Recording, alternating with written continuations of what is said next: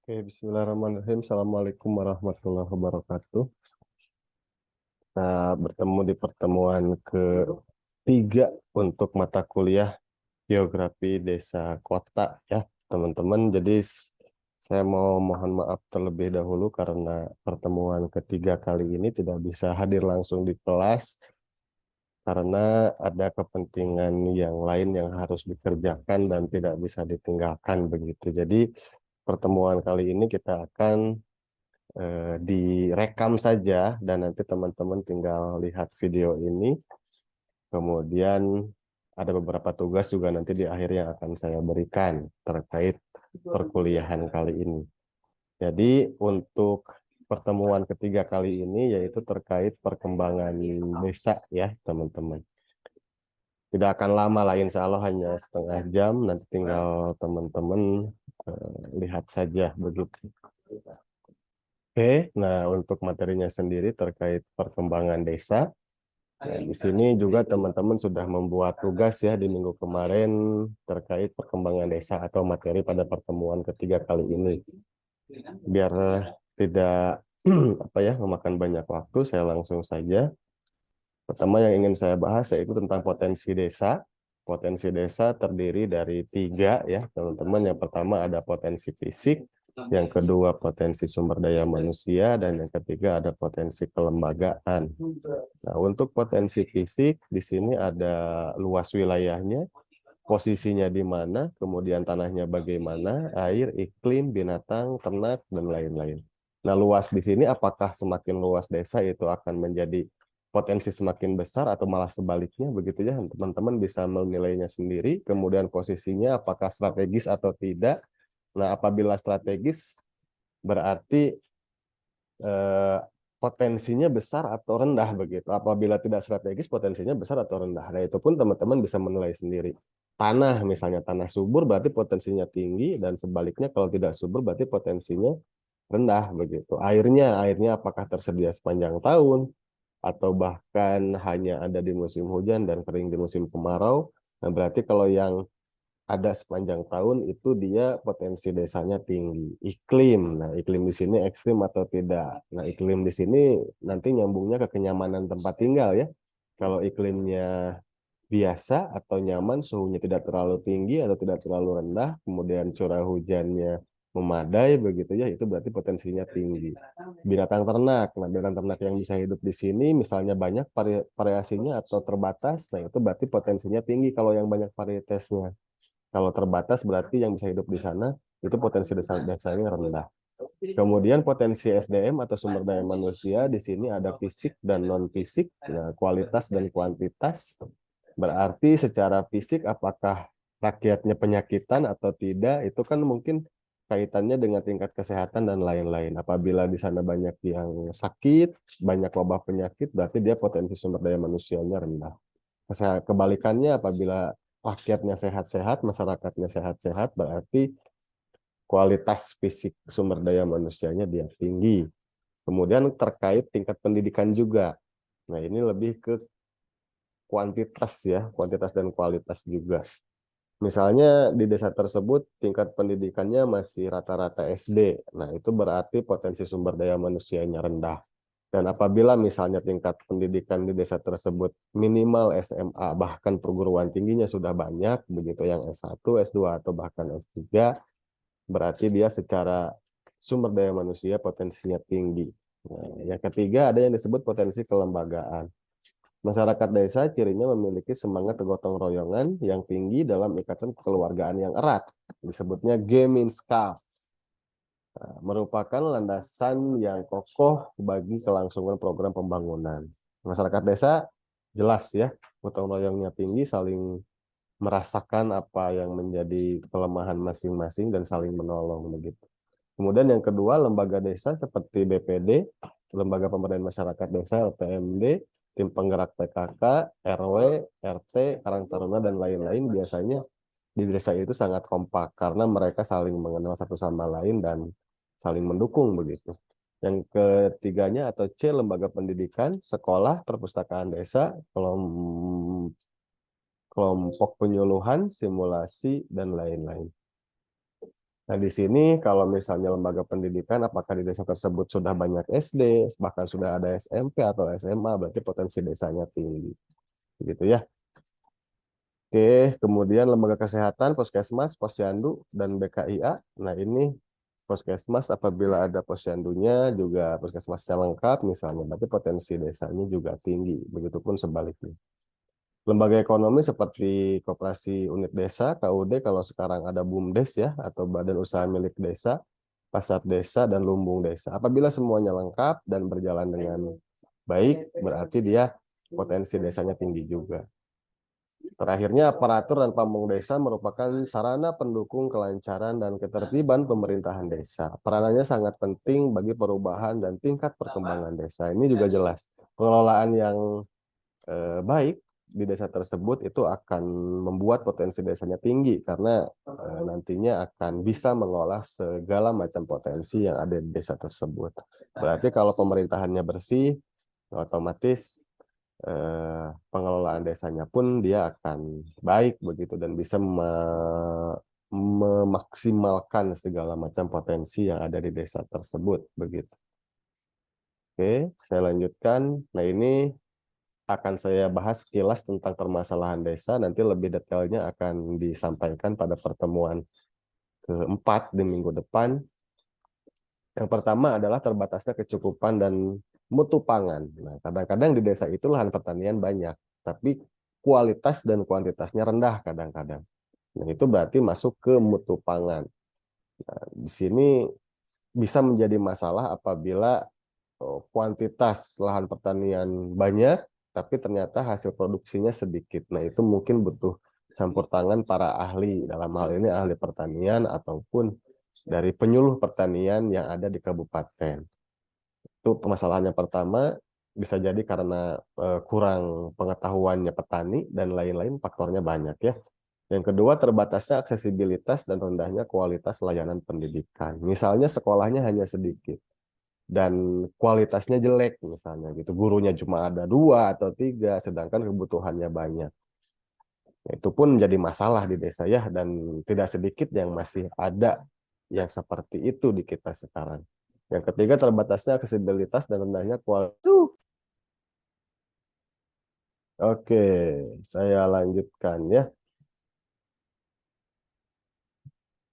Barusan agak terputus. Nah, ini permasalahan yang ketiga tadi, terbatasnya aksesibilitas dan rendahnya kualitas layanan.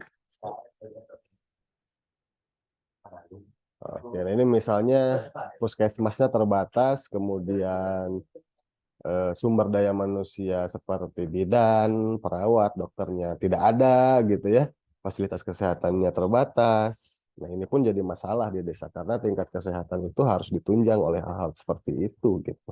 Di kita juga masih banyak tentunya yang ada permasalahan seperti itu. Kemudian terbatasnya kesempatan kerja, jadi lowongan pekerjaannya minim, informasinya juga terbatas. Nah, itu menjadi masalah di desa. Kemudian aksesibilitas layanan perumahan atau sanitasi. Nah, ini banyak terjadi ya. Misalnya masyarakat desa itu sulit untuk mengakses perumahan. Dan biasanya mereka jarang untuk beli perumahan ya. Mereka akan tinggal di tanahnya masing-masing dan bahkan melanjutkan rumah hasil dari orang tuanya begitu. Nah, kalau terkait sanitasi, ini tentang pembuangan limbah rumah tangga, teman-teman. Di desa itu banyak yang belum teredukasi.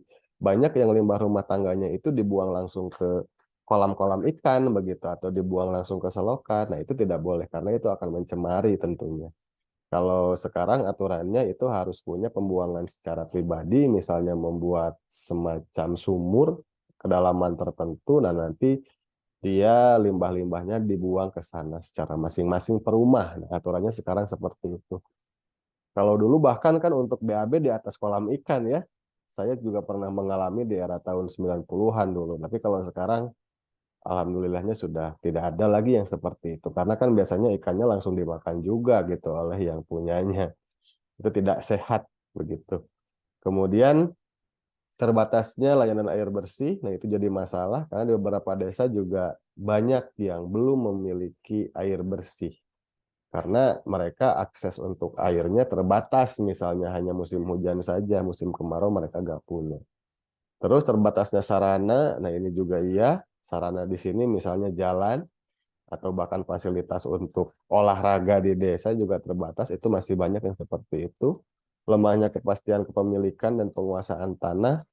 Nah ini banyak tanah di desa itu yang belum tersertifikasi. Nah makanya masyarakat di sana itu kadang-kadang alasannya itu dia bingung harus mengaksesnya kemana kalau untuk memperoleh sertifikat tanah begitu. Nah, itu keterbatasan informasi biasanya. Memburuknya kondisi lingkungan hidup dan sumber daya alam juga iya karena eksploitasi yang berlebihan serta terbatasnya aksesibilitas sumber daya alam. Ini juga jelas. Di desa itu banyak potensi tapi banyak masyarakat yang belum tahu bagaimana cara memanfaatkannya atau memaksimalkannya. Lemahnya jaminan rasa aman itu terkait dengan keamanan. Nah, kalau hal tersebut itu biasanya suka banyak kriminalitas dan hansip di desa itu biasanya kurang begitu maksimal karena kurang dukungan dari kepolisian atau Babin Kamtibmas atau Babinsa dari utara begitu ya. Nah, itu menjadi masalah juga di beberapa desa. Lemahnya partisipasi, banyak masyarakat yang cuek. Nah, ini juga jadi masalah. Jadi di desa-desa yang menjelang modern biasanya. Kemudian ketidaksetaraan dan ketidakadilan gender. Nah, ini rasisme ya. Di desa itu biasanya ada yang menganggap bahwa memang laki-laki dan perempuan tidak setara dan itu menjadi masalah bagi beberapa kepentingan di sana begitu ya. Oke, itu masuk permasalahan di desa. Saya lanjutkan ke klasifikasi desa menurut aktivitas. Nah, di sini dibagi tiga. Ada yang disebut desa agraris. Nah, desa agraris ini berarti sumber pendapatan utamanya adalah pertanian. Nah, ini hampir seluruh atau mayoritas desa yang ada di Indonesia itu kebanyakannya adalah desa agraris begitu. Kemudian yang kedua desa industri. Desa industri ini merupakan desa dengan mata pencarian utamanya adalah bekerja di bidang industri, baik itu industri kecil maupun besar. Sebagai contoh misalnya di beberapa desa yang ada di Tasik Selatan misalnya, dia kebanyakannya pengrajin industri sendal misalnya gitu. Jadi mayoritasnya itu industri kecil rumahan seperti itu atau bordel misalnya di Kawalu dan lain-lain. Itu desa industri. Jadi mata pencarian industrinya itu lebih banyak daripada masyarakat yang mata pencariannya adalah petani atau pertanian. Kemudian yang ketiga ada desa nelayan. Kalau desa nelayan biasanya itu desa-desa yang berada di pinggir laut begitu dan mayoritas masyarakatnya bekerja sebagai nelayan. Tapi jangan berpikir desa nelayan itu hanya menangkap ikan saja, tidak. Tapi ada juga yang budidaya mutiara begitu dan lain sebagainya. Itu disebutnya desa nelayan. Berarti mayoritas masyarakatnya bekerja sebagai nelayan. Oke, kemudian klasifikasi menurut perkembangannya. Ada yang disebut dengan desa swadaya, seperti yang sudah saya bahas di minggu kemarin ya. Secara inti, kalau desa swadaya itu adalah desa yang mampu untuk mencukupi kebutuhan sehari-hari dari hasil pertaniannya atau hasil dari mata pencariannya. Tapi dia belum mampu untuk menjual hasil dari pertaniannya tersebut. Jadi hanya cukup untuk eh, keperluan sehari-hari saja, belum ada lebihnya untuk dijual. Kemudian yang kedua ada desa swakarya, desa swakarya atau desa transisi. Nah di sini kalau secara singkatnya desa tersebut mampu untuk mencukupi kebutuhan sehari-harinya dari hasil mata pencarian atau hasil pertaniannya, tapi dia belum mampu banyak untuk menjual. Ada lebih untuk dijual tapi tidak terlalu banyak begitu, hanya sedikit saja. Yang ketiga ada desa swasembada. Nah ini desa swasembada ini berarti dia mampu untuk mencukupi kehidupan dia sehari-hari dan banyak juga lebihnya dari hasil mata pencariannya atau hasil pertaniannya untuk dijual lagi sehingga memperoleh keuntungan yang cukup begitu. Itu tiga klasifikasi desa menurut perkembangannya. Swadaya, swakarya, dan swasembada. Sebetulnya ada satu lagi yang paling bawah yaitu desa tradisional. Nah, itu kalau desa tradisional dia di bawah desa swadaya berarti dan mampu untuk mencukupi kebutuhan pribadi tapi ada kurang sedikit dan dia biasanya mencari ke desa lain untuk mencukupi kebutuhan. Itu desa tradisional ya. Kemudian ada juga yang disebut indeks pembangunan desa atau PD ya. ada 3 jenis, ada desa tertinggal, ada desa berkembang, ada desa mandiri. Nah, ini ada rumusnya ya. Misalnya skalanya itu 0 sampai 100 dan kalau desa tertinggal itu IDP-nya di bawah IPD-nya di bawah 50. Kalau desa berkembang itu IPD-nya 50 sampai 75 dan desa mandiri itu IPD-nya 75 sampai 100 begitu. Dan rumusnya sangat panjang ternyata pas saya cek. Nah, itu rekan-rekan bisa searching sendiri rumusnya dan mungkin bisa menyimulasikan begitu. Oke. Nah, kemudian ada 5 status desa menurut Peraturan Menteri Desa, Pembangunan Daerah Tertinggal dan Transmigrasi Republik Indonesia nomor 2 tahun 2016 tentang Indeks Desa Membangun. Nah, 5 status desa itu yaitu desa mandiri atau bisa disebut sebagai desa sembada, kemudian desa maju atau bisa disebut desa prasembada, dan kemudian desa berkembang atau bisa disebut sebagai desa madya, kemudian desa tertinggal atau dapat disebut desa pramadya, dan paling bawah desa sangat tertinggal atau dapat disebut desa pratama ya. Nah, nanti kalian bisa cek sendiri di PP Menteri Desa tahun 2016 nomor 2 tentang Indeks Desa Membangun. Di situ detailnya ada. Silahkan nanti bisa dibaca. Oke. Selanjutnya klasifikasi menurut ikatan warga. Nah, ini dilihat menurut ikatan kekeluargaannya. Nah, ini dibagi menjadi 3, ada desa genealogis, ada desa teritorial, dan desa campuran. Kalau desa genealogis, yaitu desa yang dipersatukan dengan penduduknya yang memiliki hubungan kekeluargaan atau hubungan darah.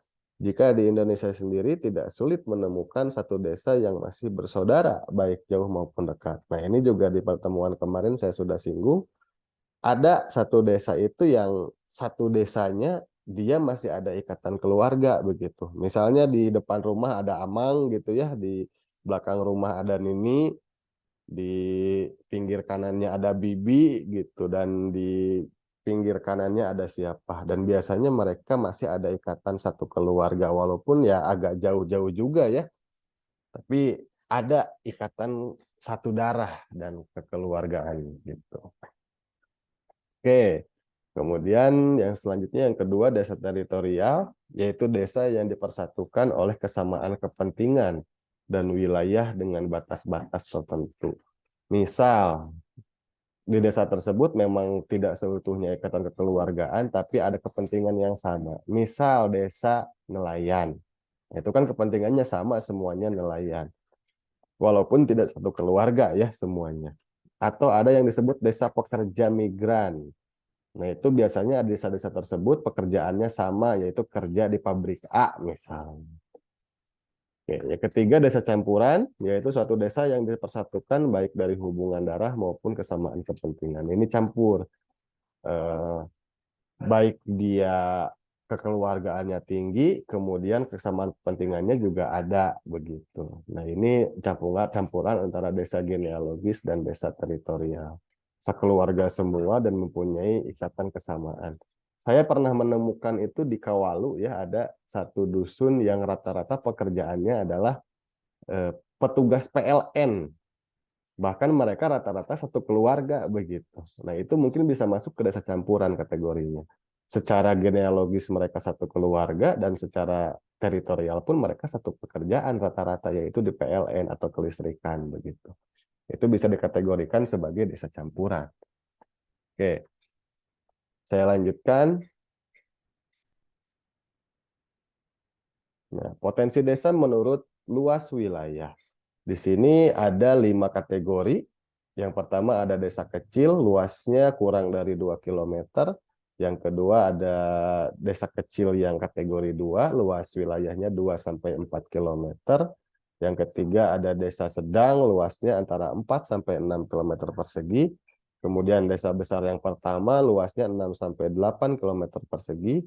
Dan desa besar yang kedua atau yang paling besar, luas wilayahnya antara 8 km sampai 10 km persegi. Nah, ini bisa sangat berbeda-beda ya setiap wilayah. Seperti contoh, saya ada pengalaman di Rancah, Kecamatan Rancah, Kabupaten Ciamis. Itu satu desa cakupannya kalau dibandingkan dengan Kecamatan Sukadana bisa satu kecamatan gitu. Sangat luas. Satu dusunnya bisa 7 sampai 8 RT. Di Sukadana sendiri satu dusunnya hanya 2 sampai 3 RT gitu. Jadi itu mah tergantung dari sistem pemerintahan dan pembagian wilayah di masing-masing desa. Sangat relatif ya, tapi ini ada patokannya seperti ini. Oke, kemudian desa digolongkan kepada kepadatan penduduknya. Di sini dibagi menjadi 5 golongan atau 5 kategori. Yang pertama desa sangat jarang, yaitu kepadatan penduduknya kurang dari 100 jiwa per kilometer persegi. Yang kedua ada desa jarang, kepadatannya antara 100 sampai 500 jiwa per kilometer persegi. Yang ketiga ada desa sedang, kepadatannya 500 sampai 1.500 jiwa per kilometer persegi. Dan selanjutnya desa padat, 1.500 sampai 3.000 jiwa per kilometer persegi. Dan terakhir desa sangat padat, antara 3.000 sampai 4.500 jiwa per kilometer persegi. Desa-desa di Pulau Jawa itu rata-rata desa sedang sampai desa padat memang, karena sudah sangat tinggi gitu ya jumlah penduduknya. Tapi kalau desa-desa di luar pulau seperti Kalimantan atau bahkan Papua itu mungkin dari desa sedang sampai desa sangat jarang, karena penduduknya juga masih terbatas begitu dan luas wilayahnya sangat luas. Nah, mungkin rekan-rekan masih ingat juga rumus untuk kepadatan penduduk ini, itu kan luas wilayah dibagi dengan jumlah penduduk begitu. Nanti akan kelihatan. Oke. Kemudian yang selanjutnya ada fungsi desa. Nah, fungsi desa di sini ada 4. Yang pertama desa sebagai hinterland, begitu ya. Hinterland itu apa? Hinterland itu adalah eh, penyokong kota gitu ya, atau pendukung kota, itu hinterland. Desa sebagai pemasok berbagai kebutuhan pangan bagi perkotaan. Nah, makanya disebutnya hinterland, atau dia pendukung kemajuan yang ada di kota. Karena kan pangan kalau kota tidak bisa menghasilkan sendiri, makanya disuplainya dari desa. Makanya disebutnya desa tersebut sebagai desa hinterland. Kemudian yang kedua, desa sebagai sumber tenaga. Desa sebagai sumber tenaga kerja yang banyak dan murah untuk pembangunan baik di desa itu sendiri maupun di perkotaan. Nah, rata-rata anak muda yang ada di desa itu sudah tidak mau bekerja di desa, dan mereka kebanyakannya itu hijrah ke kota untuk bekerja di kota. Bahkan yang sudah sekolah di kota atau berkuliah di kota, mereka jarang yang mau kembali ke desa dan mereka melanjutkan pekerjaan di sana dan bahkan berkeluarga di sana begitu ya. Nah, itulah disebut sebagai desa sebagai sumber tenaga kerja. Yang ketiga, desa sebagai pemertahanan negara. Nah, desa sebagai garda terdepan pertahanan dan keamanan negara.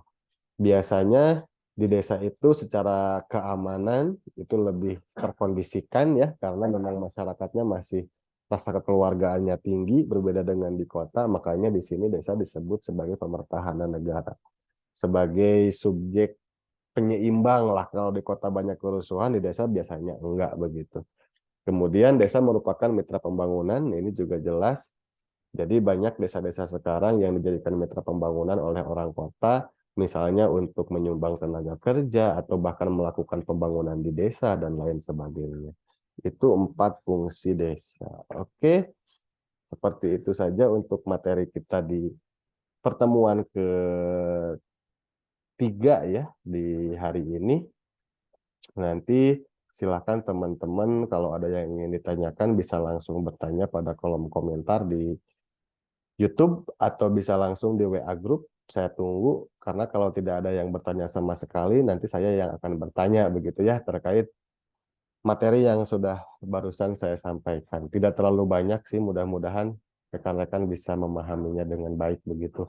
Kemudian untuk tugas, nanti yang harus dikumpulkan pada hari Jumat jam 18, seperti biasa, seperti minggu-minggu kemarin, rekan-rekan akan harus membuat rangkuman materi dari pertemuan yang akan kita bahas di minggu depan. Nah, kalau untuk sekarang kan pertemuan ketiga terkait perkembangan desa, itu tugasnya sudah saya berikan di pertemuan kedua kemarin. Nah, untuk pertemuan sekarang, tugasnya itu mencari materi yang akan disampaikan pada pertemuan keempat nanti, yaitu tentang permasalahan atau masalah di pedesaan. Nanti subbabnya dalamnya yang pertama adalah masalah kemiskinan di pedesaan, yang keduanya faktor yang mempengaruhi masalah pertanian di pedesaan, dan yang ketiganya upaya pembangunan di pedesaan. Secara mekanisme silakan disesuaikan dengan pertemuan-pertemuan tugas-tugas sebelumnya dan nanti dikumpulkan di Google Classroom pada hari Jumat di jam 18 maksimal ya. Oke, seperti itu saja. Mudah-mudahan eh, nanti banyak yang bertanya ya di kolom YouTube ataupun di WA Group. Nanti akan saya tunggu. Apabila tidak ada yang bertanya juga, nanti akan saya tanya balik dan silahkan untuk dijawab. Seperti itu. Dan terakhir saya mohon maaf tidak bisa langsung hadir di kelas karena seperti saya bilang tadi di awal ada keperluan keluar kota untuk melaksanakan tugas juga. Dan mudah-mudahan di minggu depan kita bisa bertemu luring lagi di kelas. Begitu ya. Terima kasih atas segala perhatiannya terkait absen. Nanti disatukan saja di minggu depan kalian akan menandatangani 2 kali kehadiran begitu di daftar absen. Terima kasih, sehat selalu, sukses untuk semuanya. Assalamualaikum warahmatullahi wabarakatuh.